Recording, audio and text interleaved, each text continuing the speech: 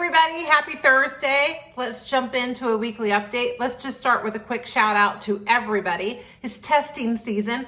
Nobody wakes up in the morning and says, I became a teacher because I can't wait to give either the Ohio State test or advanced placement test. So thanks for coming in every day and working hard to make that the best experience possible for students. I also just want to give a shout out to Jeff Clark and team for everything they did to make Powwow happen. I know there were several staff members who had a chance to go, and when I saw all the students on stage, like I started crying. It was just incredible to see live performance and to see how hard those kiddos had persevered to make that event take place. So it was incredible, and congratulations. Middle school theater, you're up next, and we can't wait. So let's just do a really quick summary about the strategic plan. Thanks again for everybody who weighed in on the definition of a learning center culture. There is another survey out there. If you're interested and you have 5 minutes, it's just voting on which of the definitions you think are the best definitions of a learner-centered culture. So would love to get your input on that.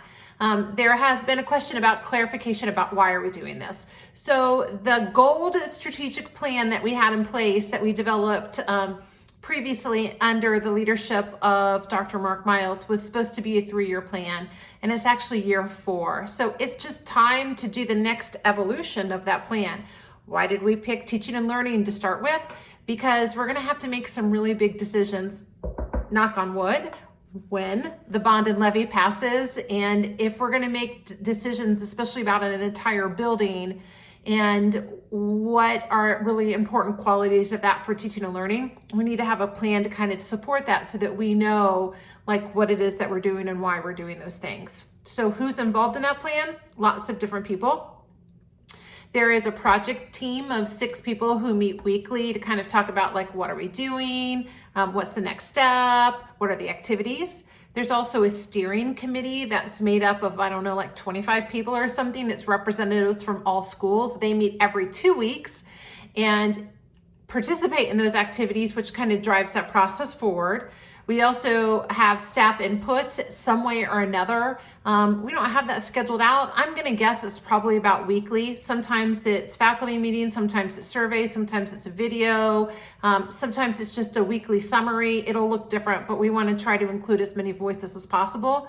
We also want to make sure that we're looking at 2 other important groups, which are our students and parents. So we'll conduct some focus groups and also some surveys so that we can get everybody's opinion related to teaching and learning.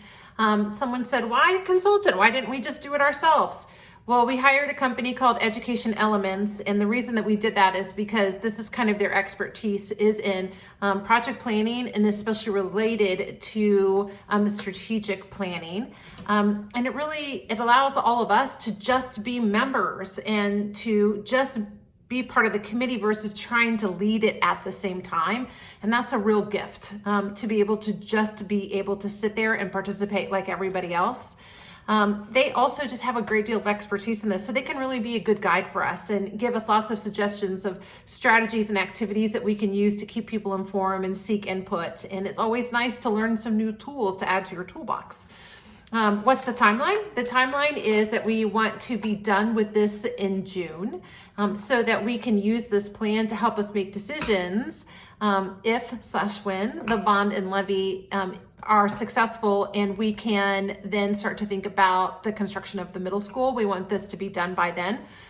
I can give you an example. So I'm going to tell you like 3 ideas that have been brought up to me personally. One is that in the new middle school, there should be a slide, like from the 2nd floor to the 1st floor, to just add like joy to the students' lives.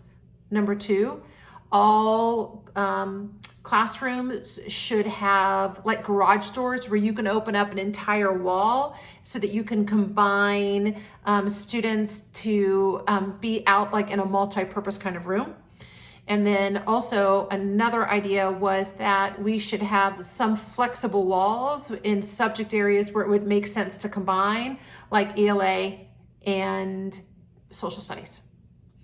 I bet listening to that, every single person has an opinion about that. Yes, no, no, no, no, no, yes, yes, yes, whatever.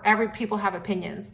And not one person's opinion is more important than anybody else's when it comes to this work. So what we're going to have to do is constantly report back and say, okay, let's talk about the slide.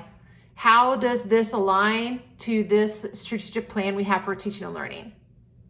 If it aligns highly, then let's put it up on the high on the list. And if it doesn't mean it's gone. It just maybe is a little bit lower on the list. So that's how we'll make those kinds of decisions.